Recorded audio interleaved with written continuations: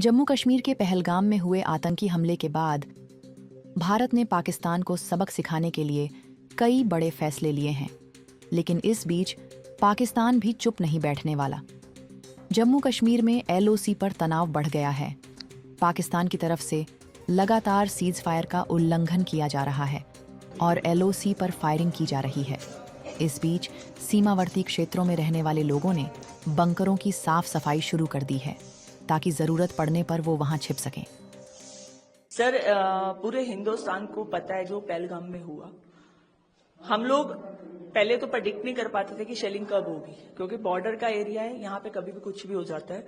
तो community single house hold bunkers है जो वो हमें रेडी ही मिलते हैं। जो कम्युनिटी बंकर्स है इनको हमें प्रिपेयर करना पड़ता है टाइमली। और आज की डेट में जो पहलगाम में हुआ, अगर उसका रिटेलिएट हिंदुस्तान नहीं करेगा तो वो शर्म की बात हो जाएगी हमारे लिए।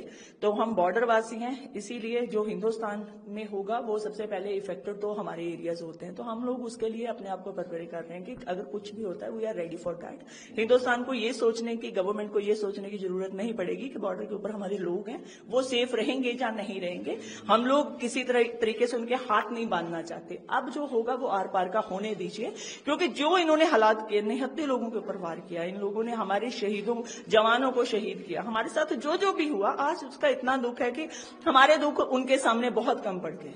तो दैट्स वाई हम लोग अपने पब्लिक के लिए, अपने लोगों के लिए, जो हमारे कम्युनिटी बंकर्स, जो हमारे सेफर जोन है, उनको रेडी कर रहे फॉर दैट कि अगर कल को कुछ भी होता है तो वी आर रेडी। तो मतलब काफी इतने सफिशिएंट है bunkers? Single house hold bunkers sufficient है अगर मैं बोलूं तो। कम्युनिटी बंकर्स हमारे ऐसे प्लेसेस पर हैं जहां पे गैदरिंग होती है।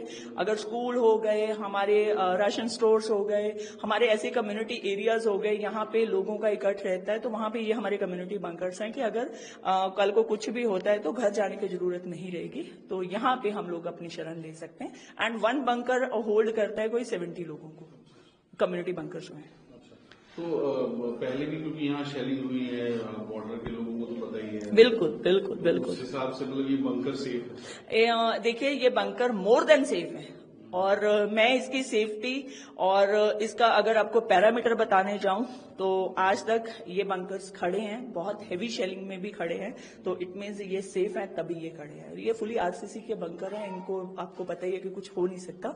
कि और कोई मटेरियल का होते तो हम लोग भी इतने कॉन्फिडेंट नहीं होते। और हमने देखा काफी खेती जो है, कटाई भी काफी तेजी से होती है। बिल्कुल सर, हम लोग कल रात भी 2:30-3 बजे तक हम लोग कटाई करते रहे कि हमारा बॉर्डर जो है, जो फेंस के आसपास वाला एरिया है वो क्लियर हो जाए, क्योंकि किसान का सोना खेतों में पड़ा है और वो सोना संभालना बहुत जरूरी है, क्योंकि 6 मंथ हम उस पर निर्भर रहते हैं।